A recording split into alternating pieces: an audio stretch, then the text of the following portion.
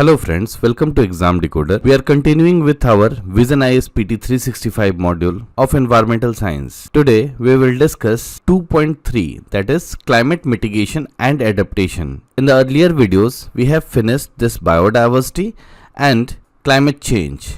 In the climate change, the 2.1 and 2.2, that is nationally determined contribution and international conferences, conventions and initiatives are already been completed. In this video, we will complete this climate mitigation and adaptation. Let's start. The first topic here is green credit rule. It was in news because recently the Ministry of Environment and Forest has issued further guidelines on its green credit program. So before understanding this green credit rule, we need to understand this green credit program. What is this green credit program? This was launched by the Government of India in October 2023 under the MOEF-CC, that is Ministry of Environment, Forest and Climate Change. This program is actually the part of broader lifestyle for environment, that is life, that is lifestyle for environment movement that aims to promote sustainable practices through the market-based mechanism. Actually, by incentivizing the actions with positive environmental impacts covering the different activities like the tree plantation, water conservation and sustainable agriculture, and every activity has specific methods for earning credits that will be seen by ICFRE, that is Indian Council of Forestry Research and Education. Here some details are also given. Let's see once about the green credit program. Market-based mechanism for voluntary participation to incentivize environment positive actions by different stakeholders. The aim is to align with the lifestyle for environment initiative, encourage industries, companies and other entities to meet their existing obligation or the other obligations. The eligible activities include tree plantation, sustainable agriculture practices, etc. It was established under the Environmental Protection Act 1986 with the MOEF-CC as the nodal agency. I have already discussed that this program is overseen by Indian Council of Forestry Research and Education, that is ICFRE. Now coming to the current development. The current development about the green credit rule. So some new guidelines has given to the green credit program. Like first one is focus on work of plantation on degraded forest area under the green credit program on their eco restorations. Number of trees to be planted depends on the site characteristic and vary as per the site condition. Means the survey of site will be done. The main aim here is also to improve the wasteland. The activities for eco restoration not to be limited to the plantation of trees and include other activities like plantation of shrubs, herbs, grasses, soil and the moisture conservation works, terracing, rainwater harvesting, etc. It means all the environmental sustainable activities is included in this. The preference to indigenous species will be given. Cost estimates may be titled as eco restoration of the identified degraded forest. That's why I told you this is mainly focus on the wasteland. So the eco restoration of identified degraded forest. ICFRE instructs forest departments to conduct the tree plantation within 2 years. So all that plantation will be done by this forest department. But the benefit can be availed by individuals or communities in this green credit program by paying initial payment for restoration. Okay, next here it is given like difference between green credit and carbon credit. First, see, a singular unit of incentive provide for the specific activity delivering positive impact on the environment. They can be traded on dedicated exchange similar to carbon credit. So it can be traded like carbon credit. What is carbon credit here? Under the carbon credit trading scheme under the Energy Conservation Act of 2001. It means it is more focused on greenhouse gases, primarily benefit industries and corporates. Whereas in the green credit, what we have seen in this topic, the Green Credit Program operates under the EPA Environmental Protection Act of 1986 and benefits can be availed by this individual and communities. You can say here that green credit activities may qualify for the carbon credit, that leading to the benefits like the carbon emission reduction, that is through greenhouse gas emission control, but not the vice versa. It means green credit will not come under the carbon credit because environmental restoration or ecological restoration is also included in this green credit, which is not included in the carbon credit. Carbon credit is mainly about the greenhouse gases. I hope you understood this green credit rule. Here some other carbon market and carbon trading mechanism in India, which is earlier there, is written here, like carbon credit trading scheme of 2023. Other instruments like PAT, that is perform, act, achieve and trade scheme. Next is renewable energy certificates scheme. These are already existing scheme. Mainly you have to focus on the green credit rule and green credit program. In short, we can say that green credit rule is actually new guidelines for the green credit program, which is an effort to leverage the market mechanism for environmental sustainability with a broad scope covering the diverse activities. However, you can say that the program success depends on the robust regulation and the monitoring, given concerns about ecological impact and methodological gaps. Next is greenwashing. Why in the news? Central Consumer Protection Authority, that is CCPA, has issued guidelines for prevention and regulation of greenwashing and misleading environmental claims 2024. It means there are some guidelines is issued for the greenwashing. So in this we need to understand what the greenwashing is. So first see about the greenwashing.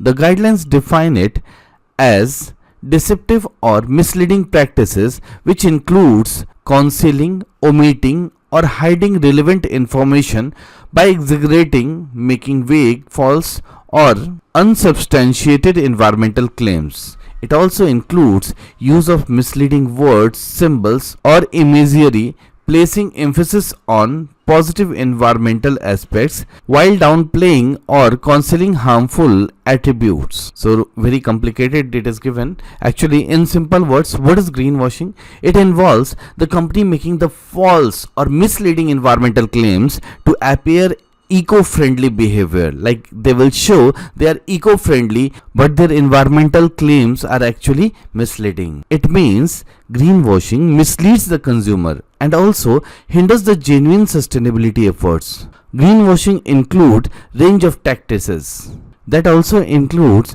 unsustained environmental claims, misleading labels and emphasizing the minor positive actions while hiding significant negative impact. We also can see in general, for example, a company might label a plastic bottle as eco-friendly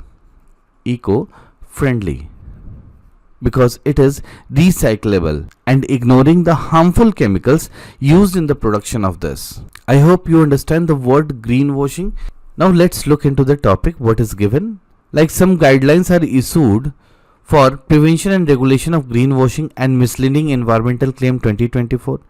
You must know what are the types of the greenwashing. First is like greenwashing, like the companies underreport or hide sustainable credentials to avoid scrutiny. Second is greenwashing, when a company regularly changes its ESG, that is environmental, social and governance targets before achieving them. Next is green labeling, that is labeling of an essentially unsustainable product as a green or sustainable, like I have given you example of the plastic bottle. Next is green lighting, it is highlighting the particularly green features of businesses, products, activities to draw attention away from its environmentally harmful actions. Next is green shifting, when companies reduce climate crisis to consumer behavior and shift responsibility to individuals. Next is green crowding, when a company hides within a group and is slow to adapt the sustainability policies. And example is also given here, like 20 largest single-use plastic waste producers are the members of Alliance to End Plastic Waste Global Alliance. Next, different provisions of guidelines are given. You don't need to go in detail. Just understand the term greenwashing here. These are the other initiatives taken to prevent greenwashing, like BIS standards, green rating products, Indian Green Building Council, SEBI's Business Responsibility and Sustainability Report, Advertising Standard Council of India, greenwashing, tech sprint, not very important for exam. Next is direct air capture and the storage plant. Why it is news, world's largest DAC, that is direct air capture and storage plant, Mammoth, started operation in Iceland. What it will do, it will actually a carbon sequestration technique. See here about the technology, a carbon dioxide removal, that is CDR, carbon dioxide removal, that is CDR technology, which captures CO2 directly from the atmosphere at any location. It means it can capture this carbon dioxide from any location. You don't need to go at the source where carbon dioxide is emitting. So it is distinct from the carbon capture, which is generally carried out at the point of emission. So you don't need to go at the source of emission. It can be placed anywhere and it will capture the air, and from the air it will remove the carbon dioxide by filtering. See here in the diagram it is given. Fans draw the air, means normal air will enter in this, and this filtering of carbon dioxide will be done, so CO2 free air will be released. And what about this filters?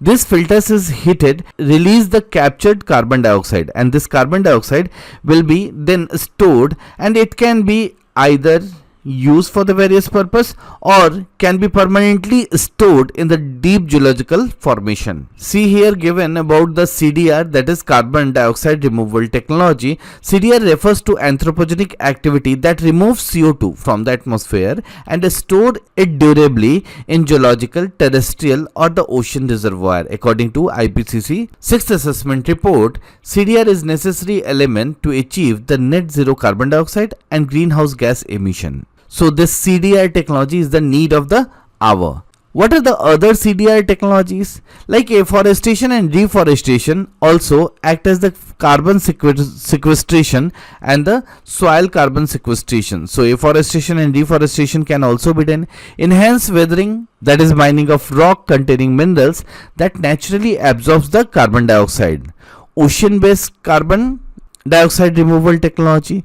Next is bioenergy with the carbon capture and storage. These are some carbon dioxide removal technology, or you can say these are the carbon sequestration technologies. So in this topic you need to know about the Iceland, which has already started operation of the world's largest direct air capture plant. Now moving to the next. Next is CO2 to methanol conversion. What is methanol? Methanol is actually CH3OH, that is methyl alcohol. Let's see why it is in news. India's first CO2 to methanol pilot plant has been proposed in Pune, Maharashtra. Plant with the capacity of 1.4 ton per day is being implemented under the PPP, that is public-private partnership, with the support from the DST, Department of Science and Technology. Plant in Pune will advance indigenous carbon capture utilization technologies. Means, I think you understood the term. It will capture the carbon, that is carbon dioxide will be captured, and then from the CO2 methanol, that is CH3OH, will be produced by the process of hydrogenation. See, it is given in the next here about CO2 to methanol conversion.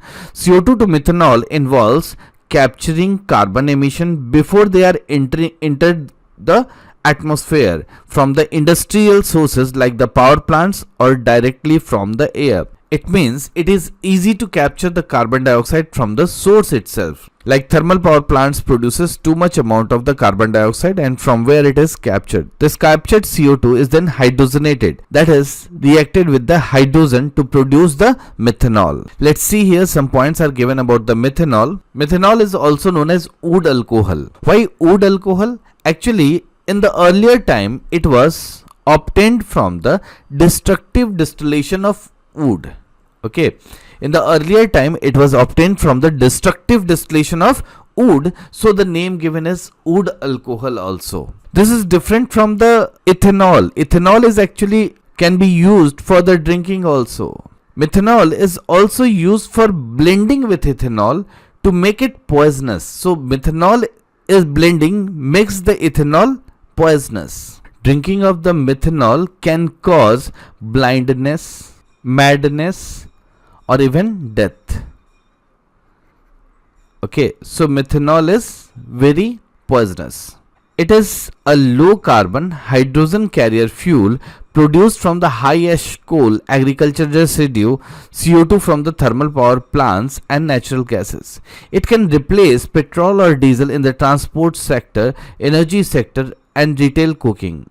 Actually, it can be used as additive in this petrol and diesel.